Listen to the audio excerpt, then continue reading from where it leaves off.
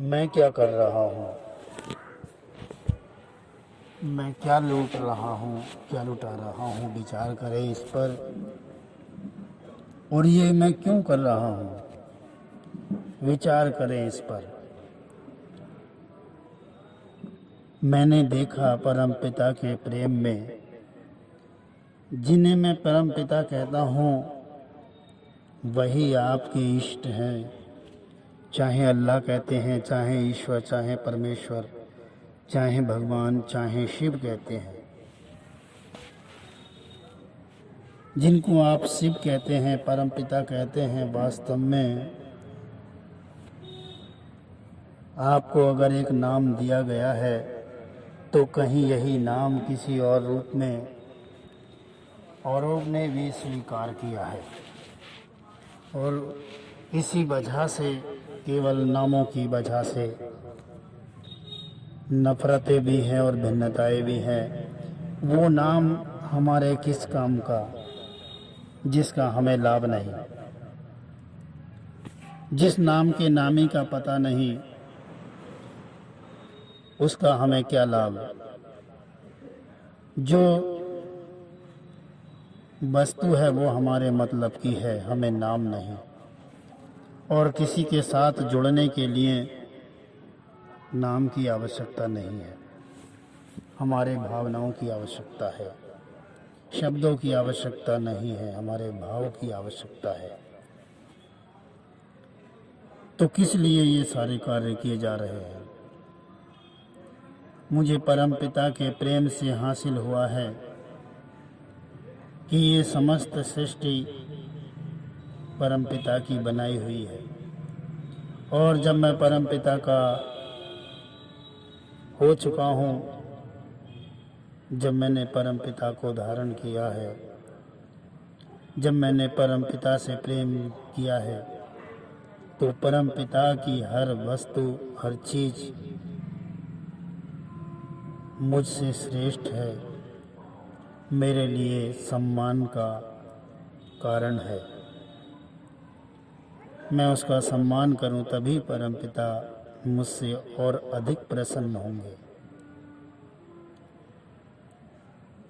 मैं उनको, उनकी सहायता करूं,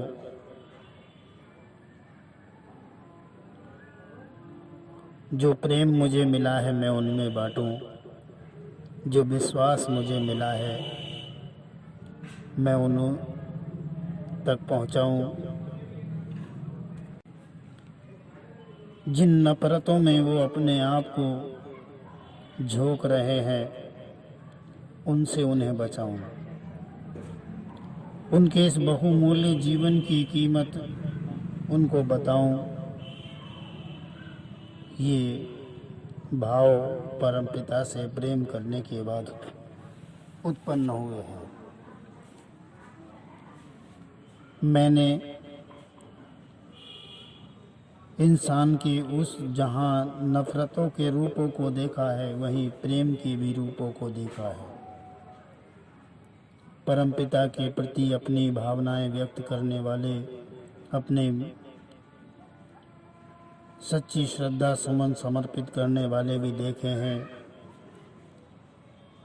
परम पिता की याद में चाहे वो किसी भी नाम को लेकर आंसू बहा रहे हैं,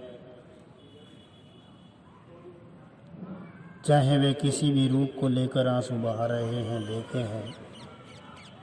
लेकिन वो अनजान होते हैं जो परम पिता को एक करके नहीं, तमाम प्रकार के नामों से संसार को समझाते हैं, संबोधित करते हैं, अपना एक धर्म नियुक्त करते हैं और उस पर संसार के व्यक्तियों को चलाने की कोशिश करते हैं। वो वास्तव में अनजान होते हैं। अज्ञानता के कारण वो सारे कार्य होते हैं। लेकिन मुझे परम पिता से प्रेम है, इसलिए मैं ये कार्य कर रहा हूँ। ना मेरा अपना कोई पंथ है, ना धर्म है, ना किसी को अलग करने का प्रयास है। आप जहाँ जुड़े हैं जुड़े रहें, जो मानते हैं मानते रहें। लेकिन आपके लिए वो आवश्यक नहीं है, आपके लिए आपका लक्ष्य आवश्यक है। वो तो आप छोड़कर चले जाएंगे, लेकिन आपका लक्ष्य आपका पीछा करता रहेगा। इसलिए बेहतर होगा इसी शरीर में रहकर अपने लक्ष्य को प्राप्त कर लें। तो परम पिता से प्रेम किया, किसी धर्म ग्रंथ से प्रेम नहीं किया। किसी धर्म ग्रंथ की वाणियों को पढ़कर परम पिता से प्रेम नहीं हुआ है। ये तो स्वतः ही परम पिता ने मुझ पर ऐसी रहमत की है जो प्रेम हुआ है। इसको मैंने वैसे भी और बयां किया है, जो पोस्ट किया जा चुका है, जो आपको भी हो सकता है। तो परम पिता की याद में देखा आंसू बहा रहे हैं, चाहे अल्लाह कहकर, चाहे ईश्वर कहकर, चाहे गॉड कहकर, खुदा कहकर। जीवात्मा आंसू बहाती है, जीवात्मा रोती है, उसकी पीड़ा होती है, वेदना होती है, वो आंखों के द्वारा समझी जाती है। यूं तो आत्मिक अवस्था में आने पर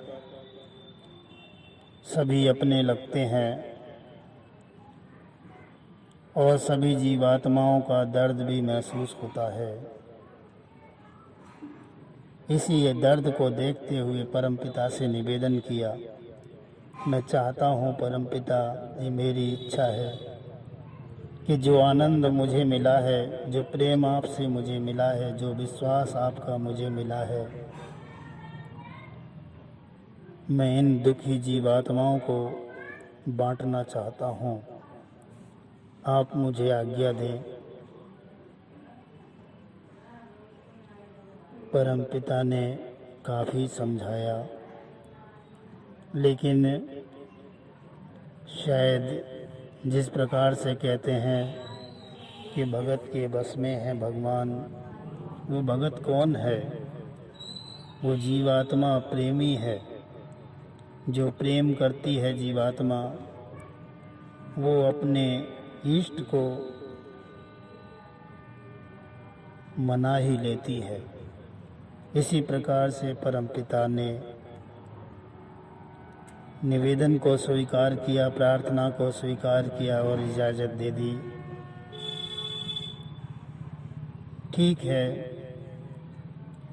लेकिन मैं कौन होता हूँ परमपिता की बातों को कहने वाला? परमपिता ने मार्गदर्शन किया, मुझे इतनी समझ कहाँ, क्योंकि प्रेमी तो गुम हो जाता है, वो तो सब कुछ भूल जाता है। उसे क्या पता क्या बोलना है, क्या कहना है।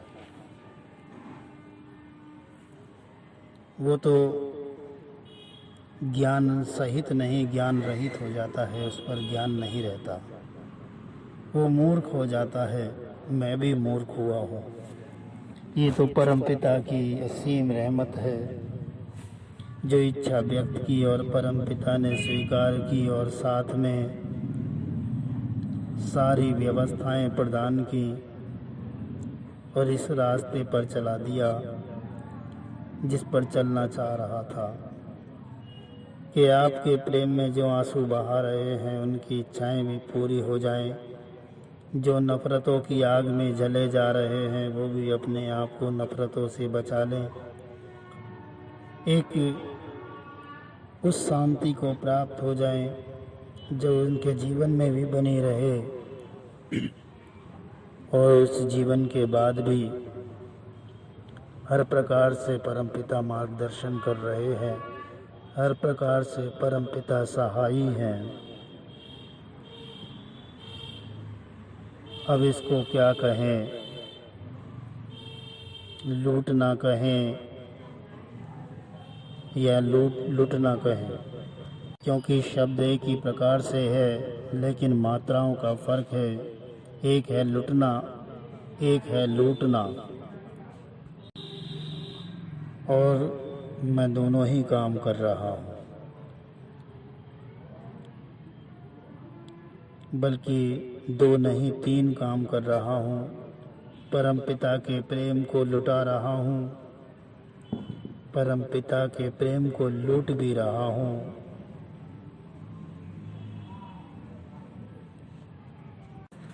और निरंतर परमपिता का सानिध्य भी प्राप्त कर रहा हूँ।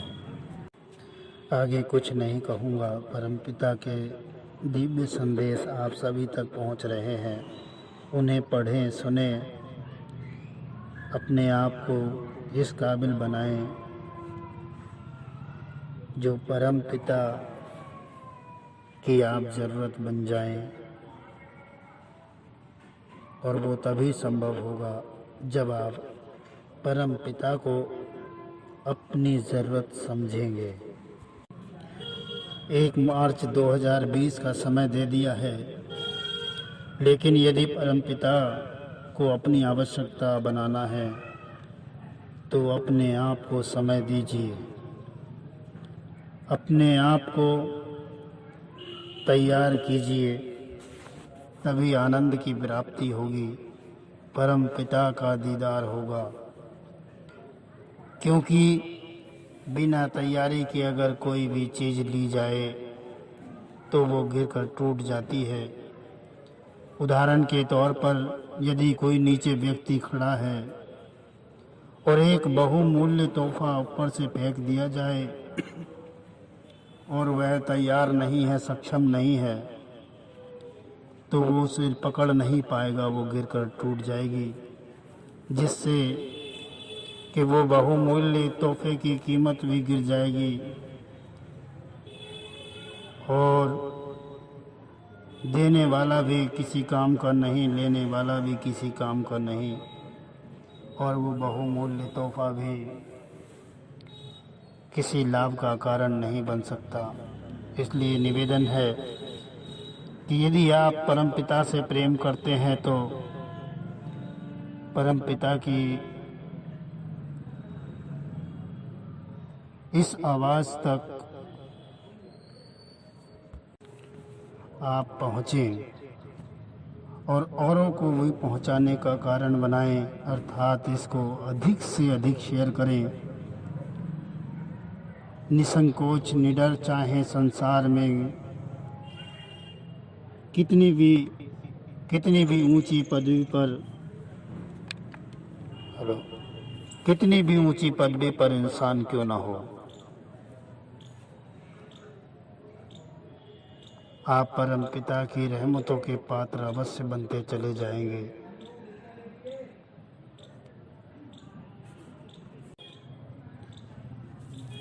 मैं सब जानता हूँ आपको कितना प्रेम है परमपिता से, और आपका शेयर करना इस बात को प्रमाणित कर देगा।